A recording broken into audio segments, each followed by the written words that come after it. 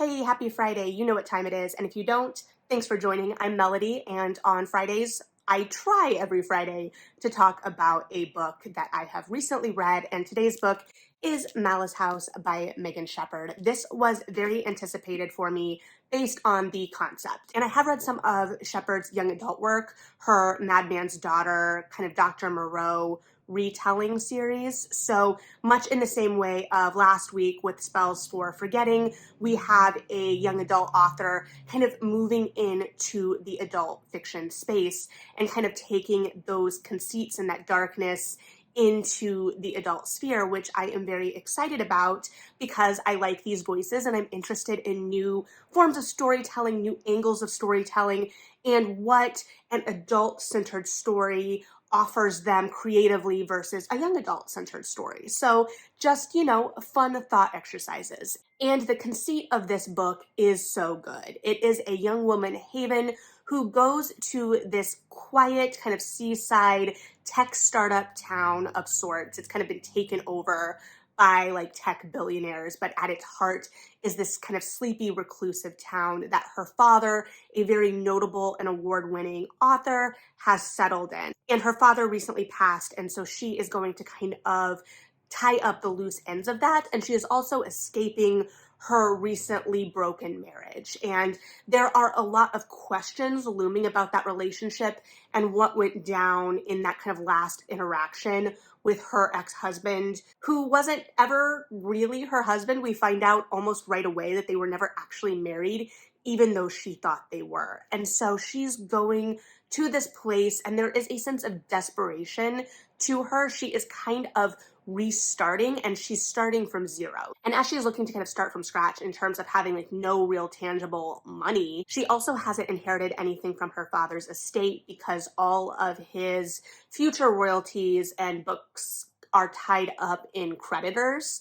So she has nothing coming from any of that, and his personal collection has been donated to a local library. So we get the sense from the very beginning that she's going to be kind of scavenging. And so from her first kind of foray into town to this bookstore where she knows her father had a contact with the owner, she encounters one of the booksellers there and gets the idea to kind of sell off anything in the house that she can find remaining, because her only other source of income right now is doing these dark web recaps of like really niche and disturbing horror movies.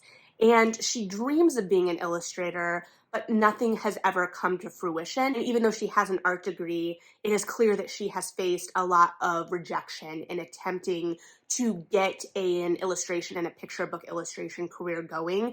And part of that is tied to the fact that her illustrations are deemed too dark for the audience that she is attempting to illustrate for. So we're entering this world at this moment of great change in our protagonist's life, and at this moment of kind of desperation in many ways. And so there is a charge immediately to that. And the narrative is told from the first person, but I also, as a reader, got the sense that I was supposed to be questioning Haven from the beginning. It was definitely leaning into that kind of slightly unlikable, complicated protagonist.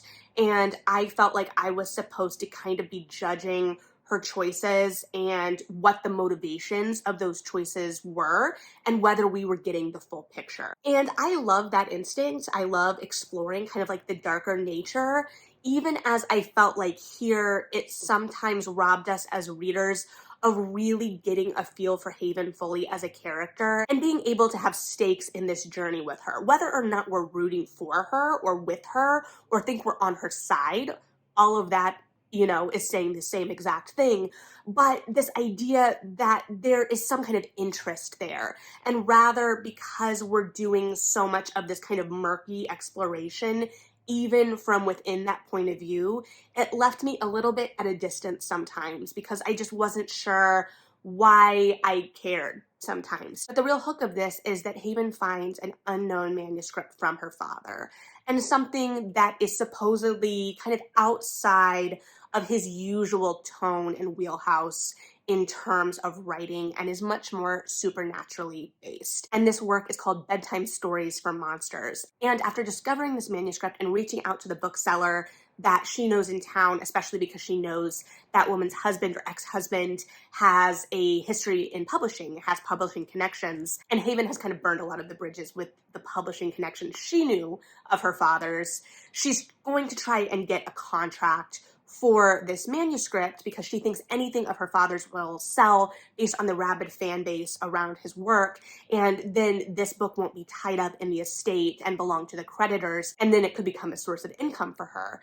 And then she also gets the further idea as these stories kind of linger and sit with her, she is compelled to draw them. She finds herself kind of drawn to these monsters and picturing what they would look like. And so she starts to draw them and gets the idea that it could be kind of a posthumous collaboration between her and her father, and then would get her foot in the door in terms of making her dreams of illustration become a reality. However, when she takes this manuscript to the bookseller and kind of the literary salon that her father had been involved in, which was this bookseller or owner of this bookstore owner's husband who used to be an editor, and then a librarian at the college who was one of the people that got her father's kind of collection, they aren't as on board with the manuscript, or they seem a little cagey about it. And there seems to be a sense, Haven gets the sense that they want control of this manuscript, and she doesn't like the idea of not having control of it and them kind of claiming ownership of it in any way in terms of the language and how they're talking about it. And then when she shows them her pictures, they aren't receptive and kind of demean her work, which makes her balk immediately, and she's embarrassed and she goes kind of storming out. And from there, things just kind of continue to spiral and get weird as she's living in this house of her father's that the housekeeper won't even stay overnight in.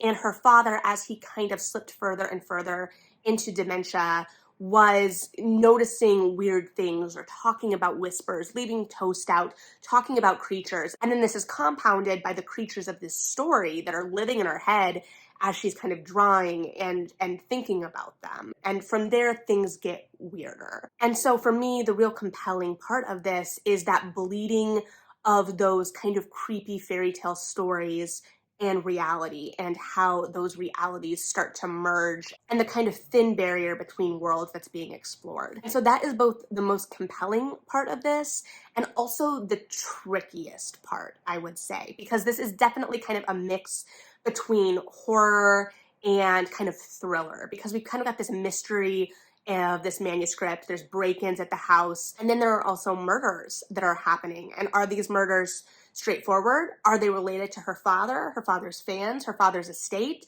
Why are they potentially mimicking some of the things in these stories? And is that related? And why are people in town both trying to encourage her to leave and also seeming to suspect her of things? And that suspicion is also built for us as readers in terms of not really fully trusting Haven, like I said. And this is further compounded in her being portrayed as someone that is drinking a lot. And we've talked about this recently, this kind of idea of using drink to kind of make us mistrust protagonists and our protagonists' perception of reality especially.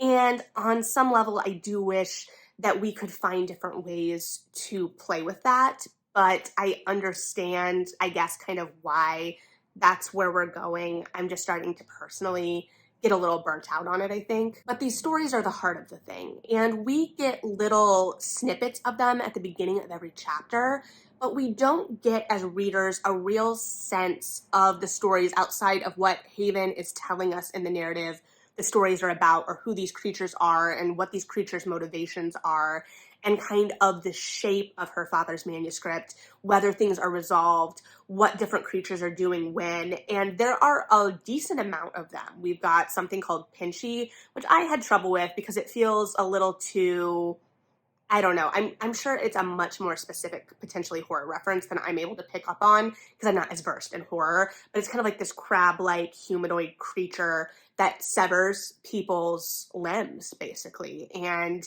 Haven may or may not have a run-in with that creature.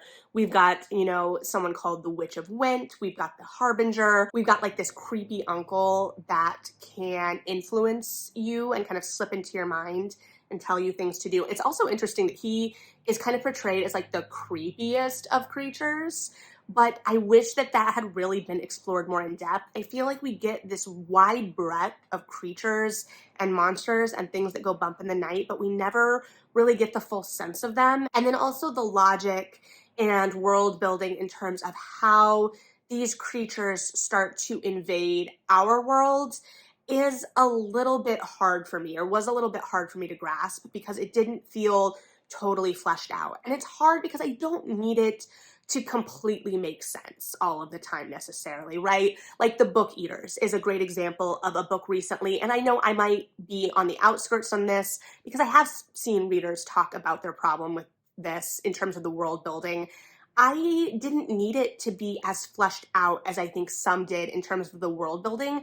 I could go with it. I had the sense that the author had thought about some things, and there were definitely aspects that were kind of thinly built, but I was like, it makes sense, and especially as it existed on that kind of precipice of a lot of different genres, I was willing to go with the flow. And this book is also kind of living in that in-between of a lot of genres, but the logic of it made a lot less sense to me in many ways. And I think part of it is that this was situated in our world, and we are gradually moving into the abnormal and the horrific and the supernatural. And I do think the pacing here was pretty good. There were times that it felt a little slow, especially at the beginning and the middle, but it did kind of have this like slow build. That slow build could work against it at times because it was hard to know what the real driving action was, like what was Haven's ultimate driver that really put all of this in motion. Like, yes,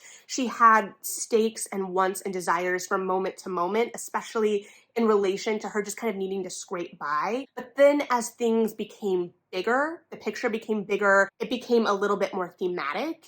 It became less clear what we were driving toward. And toward the end, it was mostly about survival, as things of this nature often get to, which makes sense. But in terms of the creatures and the way those monsters interacted with our world, I often had trouble with it because I didn't have a full enough grasp of these monsters and the world these monsters inhabited. And then it didn't feel like they manifested fully enough in this world to really get a sense of that either. I think that the beginnings of the chapters and the stories were put there to give us as readers a taste of these worlds, but I don't know that they really gave us enough, especially because are we as afraid of these monsters outside of their contexts, or not knowing their full contexts, or not having the full build of danger behind them and that atmosphere and tone around them to really get us in there with it? And we saw the parallel of this idea of horror and what scares us in Haven continuing to write these synopses of these really dark movies, and this idea that she's not impacted or affected by the really dark and horrific and macabre things she's seeing in these movies, these kind of really obscure, awful, worst of the worst type pictures. And then we are getting this reality where she's starting to unravel and become disturbed and unsure of her own reality. And I think that's where things really, usually for me, become the most scary, as this kind of the disconnect of reality and this idea that we can't trust our own perception and also like anyone around us. And I do think that as those stakes and that tension built, it did become more frantic, and there was a propulsion to that, especially in relation to the Ink Eaters, which was the literary salon. But even the literary salon side of things and their relation to the manuscript often felt very odd to me. And as all of the pieces kind of started to dovetail together, some of the choices and revelations and reasonings of certain characters didn't always make sense to me. There were moments and revelations that were plot twists of a sort that I could see coming, but I don't, again, necessarily know that that's a bad thing if something is predictable. I feel like predictable is often used as a derogative, but I think if it's set up correctly and all signs are pointing to the thing, it doesn't have to be, especially if we still have that danger and that tension, which I think we do here. But I think because we were obscured from Haven in many ways as a character and her full truths and reality, and then we weren't really given the full reality of these bedtime stories and these monsters, we were left kind of grappling in the dark, like our characters. And a lot of these pieces that were really great pieces just didn't fully work together. We have these moments of like murder mystery and thriller, but also this idea of these monsters. And the monsters are what this book is about. And I think where things shine the most and where I was most compelled conceptually. And I don't think the concept of it really fully played out. And I mean, monsters don't necessarily have to make sense, but the magic of the world, and I use magic kind of as more of the supernatural rationale, so to speak, what is explaining what is going on, didn't really make sense here. And again, because we had so many monsters, it felt like we were being pulled in so many different directions, and we got inklings of what everyone being the monsters kind of wanted, but none of them were really given enough room to breathe on their own. And neither did it feel like we were on any real journey or progression with them, in the sense that we got to experience a bunch of them separately, but it didn't really form a larger cohesive narrative, which was interesting to me in the sense that it was alluded to through the narrative that there wasn't kind of a larger narrative cohesion to the bedtime stories for monsters, that we had this kind of through line of the Harbinger that would move through a lot of the stories on his quest for this other like ultimate monster thing, but that a lot of the stories were just like dark and macabre, but seemingly open-ended, and that even the ending of this manuscript, which was told to us to be very short, had this kind of open-endedness to it, and this idea that we weren't given kind of like definitives. And so I think we were supposed to be living in that kind of like open-endedness of things. And I think how things kind of came to a head at the end and some of the larger thematic musings regarding monsters and the purpose of monsters in our world really pointed to that open-endedness. And I'm not opposed to the open-endedness in and of itself. I think that that is really compelling. But I think that the workings of everything else need to be tight and still make sense in order for that to land. And I don't think that things felt tight enough. It felt a lot of the time like we were just kind of bumbling around. And even if things have twists, I kind of like want to feel like we're working to something, even if that something gets twisted. So Haven was often very reactionary to things, and we didn't really get to see her very active. We saw her painting these pictures, but almost in kind of just vague swaths. And another thing related to that was like the passage of time in the book was very unclear to me. There was a line at one point when she was talking to this bookseller she made friends with that really was her main connection in the story. And I think where the story shined the most was in that relationship and Haven finding connection, because Haven does talk about how lonely she's been. And so that connection really is the heart of things, and kind of Haven looking and seeing where trust can be found, because she is coming from a background where she can't really trust people or doesn't feel like she can trust people, and then is thrust in this situation where she can't trust things. She can't trust people. She can't trust her own perception at times. So that connection and that sense of trust and truth is really at the heart of things, but how is that being forwarded? And I don't know that it was always super clear. And so some of that, like I said, was the passage of time. There was a reference to like when you came this summer, and it was kind of unclear how time was working, when she'd gotten there, how much time had passed. She would talk about how she'd painted for days, or how a couple days ago she went into town, but there was no real sense of how much time was passing at the house. And I like this idea of not knowing and kind of falling in and losing yourself in that time, in the same way that it kind of manipulates space and our perception of space and getting lost and turned around. I think the way that that was handled in the narrative was done so well. And so I think that if it had felt a little bit more intentional, about how we were getting lost in time in a way too, to kind of mirror that or parallel that, I think that would have been really interesting. But I think that none of it felt intentional enough or specific enough. And so all of these pieces may have been intentionally at play, but because there was so much going on, it was sometimes hard to pick up on them. And then because we didn't necessarily have that real driver from Haven, a lot of our action and the building tension and stakes of the piece were in reaction to how things were ramping up around her. And again, it's not necessarily bad to be reactionary. And I think to some extent, a lot of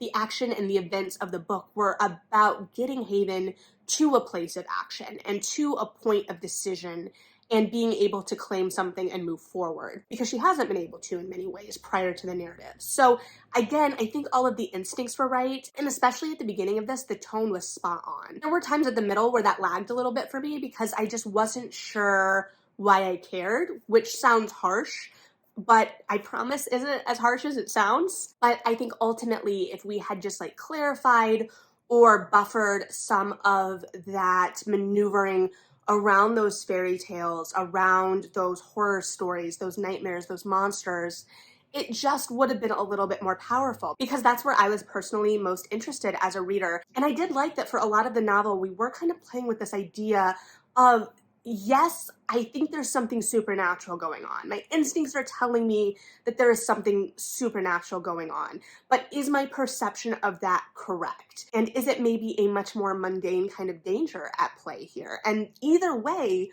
I think that the stakes were built correctly in terms of making me feel that danger. It's just what is ultimately at stake for these characters, you know, other than life or death at a certain point. But I do think that this was very interesting. I definitely think it was an adult book. You could definitely take the same kind of concept through a young adult lens, but this didn't feel like we were just taking that concept and plucking it and dropping it for an adult audience. It felt like it was crafted for that adult audience, crafted through that lens, and told this specific way for a specific reason. And it was dark in many ways. I think it was interested in pushing us up against that darkness, and it had a lot of good ideas at its heart. And like I said, I think that the kind of groundwork of Haven's journey was very interesting. All of the pieces were there. I just think that they could have been fitted together a little more intentionally and a little cleaner. But ultimately still very compelled by the concept of this, even if the execution, for me personally, unfortunately, wasn't perfect. But